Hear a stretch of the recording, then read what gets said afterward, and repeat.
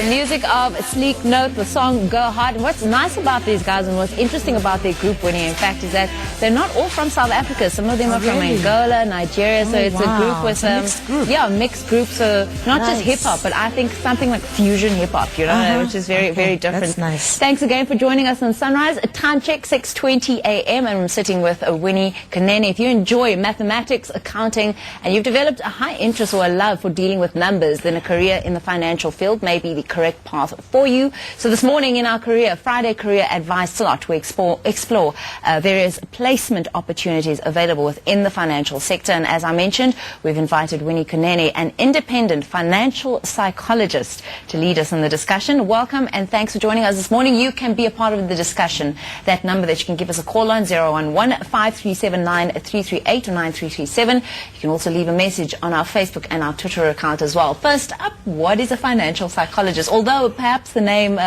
is self-explanatory. It is. Hey, it is somebody who demystifies the subject of finance because it's easy. It is? It makes sense, yes.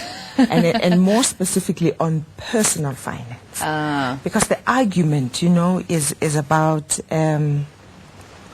we work most of our lives. And what are we chasing? Moolah. Yeah. Everything that we do, I suppose. And what do you do with that money? That, What do you do with that money is key, you know. So that's what it is about. I mean, the country, the South African Reserve Bank always complains that people are in debt. Yeah. And we talk about debt, and we talk about why do people don't have money. Yeah. And what do we do with money that we are so much in debt, and what causes that? And what should we be doing about that? So if I had to come to your offices, I'd be laying on your couch talking about my relationship with money. Is that it? No. Because that's how I pictured it, in fact. I'm not a shrink. But you deal with people that want to explore various... Yeah, I do educate. Yeah. And I try and inspire people to, you know, to love their money. Okay. To love the money and respect their money. Yes, well, and that's a huge part of it, is respect. Yeah, and respect their money and do something meaningful with it. So what options are there available to anyone out there in the financial field? Oh, there's plenty. Because you run an expo, in fact. It's called More Than a Career Calling. Yes, I run what I call a career exploration boot camp. Okay. And that's part of what I do. Yes. I teach about money too, how to take care of it, how to get out of debt, and what kind of qualities are needed for somebody who wants to run a business, how just to be an internal entrepreneur even in the company that you work for. So this is the question then, does everyone possess those abilities to be that entrepreneur? No, not everyone. Okay. But you can learn. You see, it's how much do you actually want to be that? Because there are people, there are people who are dead. Okay, so would you like an orange juice? They look at you and say, yes. Would you like a beer? Yes. Would you like some water? Yes. They have no clue in terms of what they want. And I think in any career, including the financial world, you've got to know what you want. And often people don't know what they want, and they just speculate. Why? Because my friend is doing accounting, so therefore I will do an accounting too and see if I can be successful in it. I mean, a friend of mine, a colleague of mine, she went during her first year at university. She was in a queue at a university, and she made a decision to follow the crowds. Yeah. And she ended up with a BCom in accounting. Yeah. Within those crowds, and she didn't know what she wanted to do. And perhaps she didn't enjoy it as well? Clearly, 6 months down the line, she was history. But, you know, often parents push kids as well to pursue something that they believe will give them a better life than they were able to That is offer so them. sad. It is so sad. Let me just share a secret of how do we go about choosing. Okay. Because you said there's a formula. There is a formula. And here is a formula. CK. Young people must write it down. Okay. So guys, get your pens out. I beg your pardon. SK. SK. And let me tell you what SK stands for. SK stands for self-knowledge. And then you plus CK.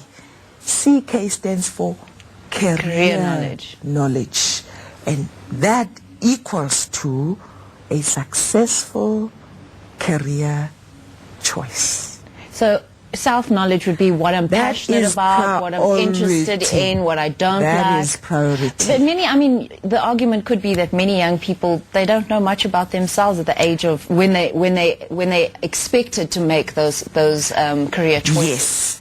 Yes, this is where education fits in. This is where life orientation should fit in helping the young ones to get to understand themselves. And yes, the curriculum is supposed to be offering that, but I think most importantly as well, who is the person who best knows you, except for your mother? It's your mother, isn't it? And your mom, your dad, and your siblings. You know, people will always tell you, "Why are you cheeky? Why don't give up? Yeah. You know, you're good at this, you're good at that," and we undermine those comments. Actually, we overlook them. They come in this year and they're out on the other one. Why? Because you can't identify with those qualities. I cannot begin to tell you how many times people, friends, family people have always told me things that I knew about myself, but I really didn't value. So you've got the self-knowledge, then the career knowledge is all the research that you've done, all the information that you've collected. Absolutely. Because if you're going to take a decision overnight, it's almost like a feeling of, I need to get somewhere now. Hurry up, hurry up, hurry up.